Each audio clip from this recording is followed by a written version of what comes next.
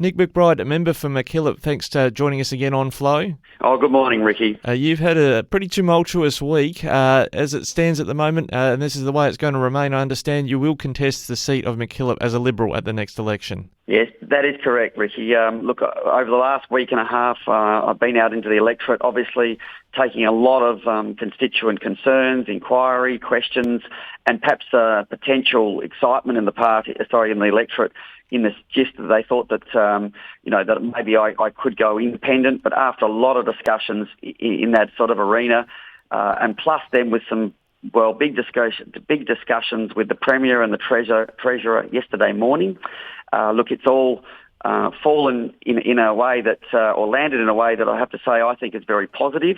I think two things that have really been highlighted. One is that in the electorate, the feedback was a lot of people would just said, I will support you no matter what you do, whether you stay in the party or you go independent. And I thought that was very, very positive.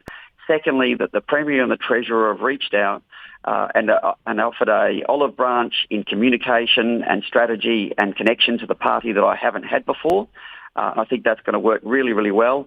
And on top of that, one of the big issues that I was suffering and struggling through as the member from Mackillop, as a lot of electoral officers were with the supposedly 4,500 South Australians stuck on the other side of the border and all the other exemptions that we have to deal with.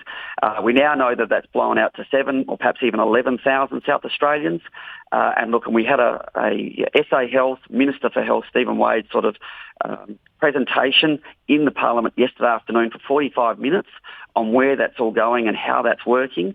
And I have a great deal more confidence that that process is going to be more transparent, it's going to be more easier to work through, and the communication, which has been the biggest headache for a lot of people, is going to be a whole lot better so people know what's going on and how long they're going to have to wait. And Nick, if you stack all that up, Ricky, and what's gone on the last week and a half, I have to say this has landed in a really good spot for myself and the party, I believe. Well, Nick McBride, member for Mackillop, how did it come to this, though? Why did it take rumours or however it got out that you might have been considering leaving the party? Why are you only now getting the kind of treatment as a local member that you maybe should have got as a member of the government anyway? Look, I think it comes back to the communication strategies that I've engaged in and that perhaps that the party had laid out for me here. And all I can say is from both sides of the equation, from my communication strategy to the party, Premier and ministers, is going to be better. And then I think also it's going to be returned in favour.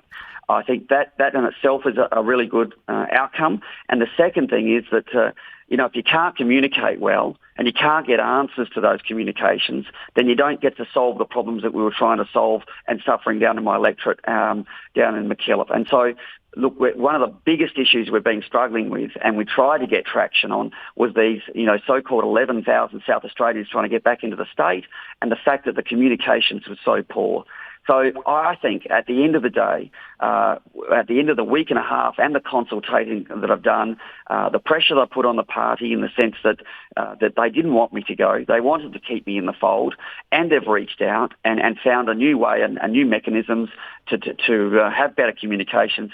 I think it's a win-win, and I hope that I can represent Mackillop in the way that it deserves, and that we've got good traction within the Liberal Party. Well, I want to ask about this country members forum in a minute, but the Labor Party's been going around talking about the Premier flipping the bird or making a rude gesture towards you. Are you able to put that to bed, or no comment on that one? Oh, look, just no comment. Look, all those things, they weren't said by me out in the media. And I didn't say much around the traps. Other people might have seen that, but it just doesn't help to talk about what happened in the joint party room.